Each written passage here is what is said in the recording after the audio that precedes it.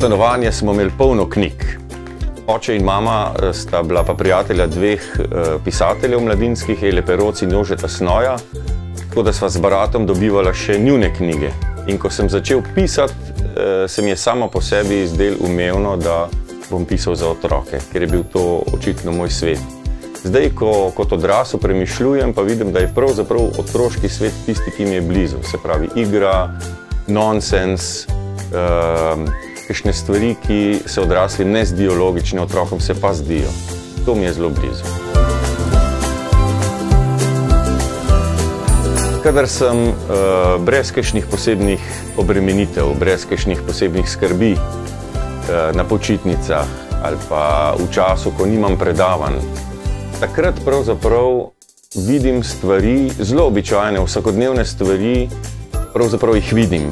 Drugače jih vidim in potem te običajne stvari, recimo na pol potopljena ladja ali pa 16 let star pes ali pa kakšen človek, ki ga srečam v mestu na semaforju, sami pravzaprav spodbudijo zgodbo in ta zgodba se potem začne odvijati v glavi. Tako da pravzaprav jaz ne srečujem zgodbe, ampak zgodbe srečujejo mene, kadar sem dobro razpoložen, prav razpoložen. Običajno sem pisal ob sredah. To je bilo eno tako pravilo. Ob torkih, ponedeljkih, četrtkih, petih sem delal za univerzo, ob sredah sem pisal. Potem sem poskusil kdaj vstati zelo zgodaj zjutraj, ob 5, ob 6 zjutraj in sem pisal takrat. Zdaj pa zadnje čase pravzaprav poskušam na tak način, da se umaknem za več dni, za en teden v kakšen kraj, kjer nimam drugih obremenitev in potem pravzaprav pišem tam.